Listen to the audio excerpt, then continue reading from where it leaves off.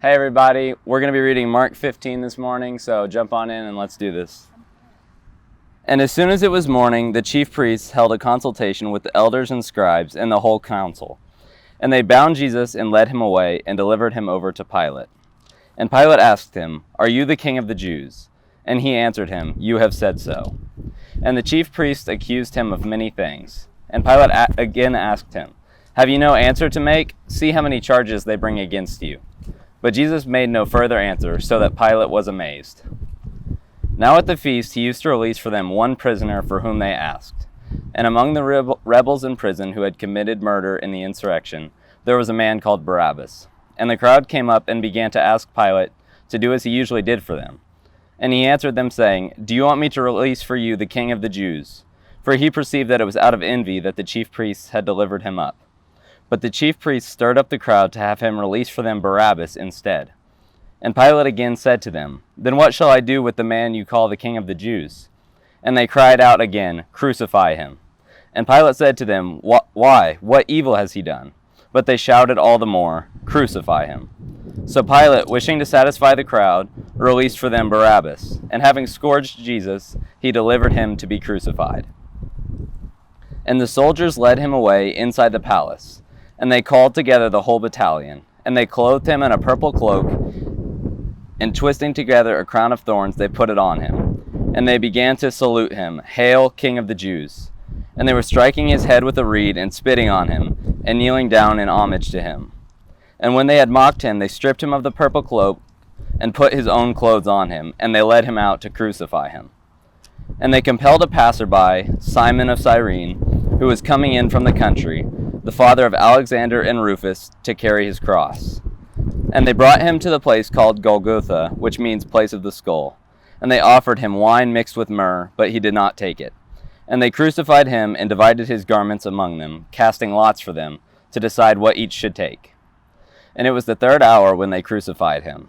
And the inscription of the charge against him read, "The King of the Jews." And with him they crucified two robbers, one on his right and one on his left.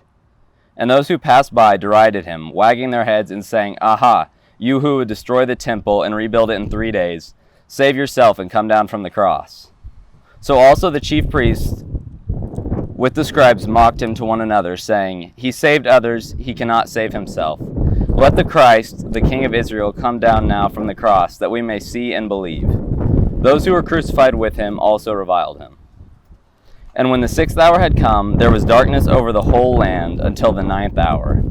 And at the 9th hour Jesus cried out with a loud voice, "Eloi, Eloi, lema sabachthani," which means, my God, why have you forsaken me?" And some of the bystanders hearing it said, "Behold, he is calling Elijah."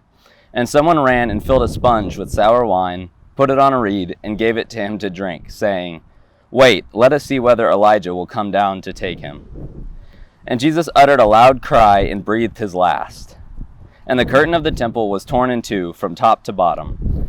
And when the centurion who stood facing him saw that in this way he breathed his last, he said, "Truly this man was the Son of God." There were also women looking on from a distance, among whom were Mary Magdalene, and Mary the mother of James the younger, and of Joseph, and Salome. When he was in Galilee they followed him and ministered to him. And there were also many other women who came up with him to Jerusalem. And when evening had come, since it was the day of preparation, that is, the day before the Sabbath, Joseph of Arimathea, a respected member of the council, who was also himself looking for the kingdom of God, took courage and went to Pilate and asked for the body of Jesus. Pilate was surprised to hear that he should have already died. And summoning the centurion, he asked him whether he was already dead.